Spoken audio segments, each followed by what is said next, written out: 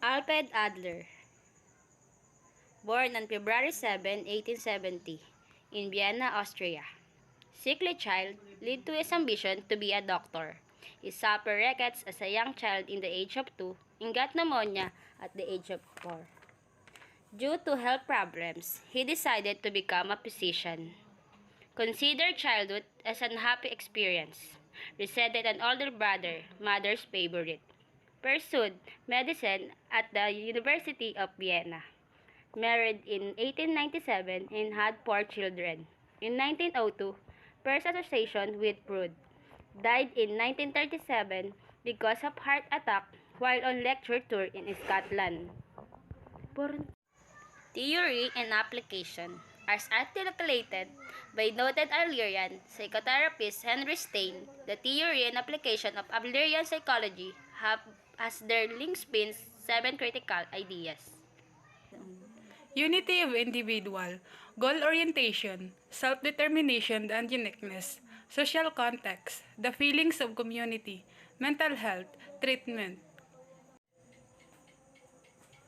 Unity of individual, things, feelings, emotions, behavior can only understood as subordinate into individual style of life, or it can be used in dealing with life constantly. Goal orientation, having a performance. Goal orientation means that a person is motivated by the desire to demonstrate their abilities. Self-determination, the person's fictional goal may be influenced heredity or can influence by our parents or cultural factors, but it only developed by individuals' creativity, power, and uniqueness.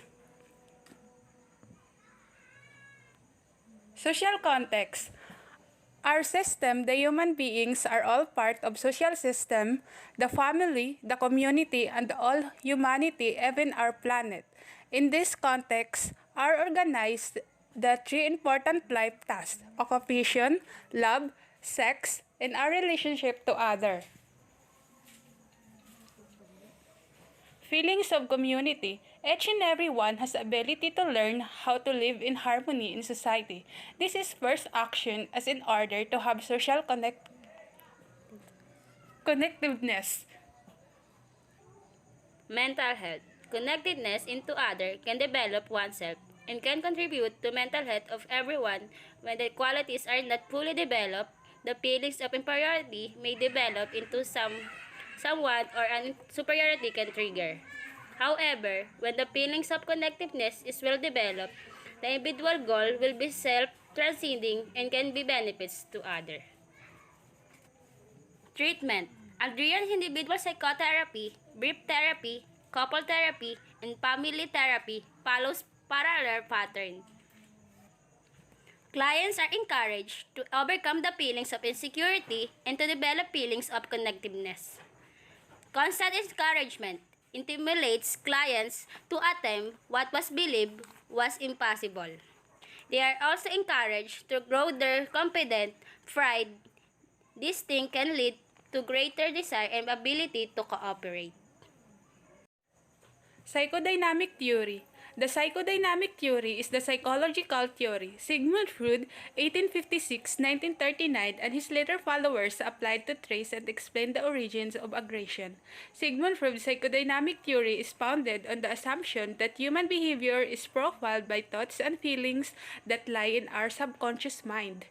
Adler maintained the human psychology is psychodynamic in nature. Unlike Freud, metapsychology that emphasizes intellectual demands, human psychology is guided by goals and fluid by yet a non-creative force. Like Freud, instinct other effective goals and largely unconscious. Example of psychodynamic theory. Obsessive hand washing could be linked to a trauma in childhood that now causes this behavior. Nail biting may be caused by anxiety-inducing childhood event. Another compulsive behavior is hair plucking. Inferiority complex. A psychological condition that exists when a person's feelings of inadequacy are so intense that daily living is impaired. According to Adler, All humans experience feelings of inferiority as children of spend of the rest of their lives trying to compassionate for those feelings. For example,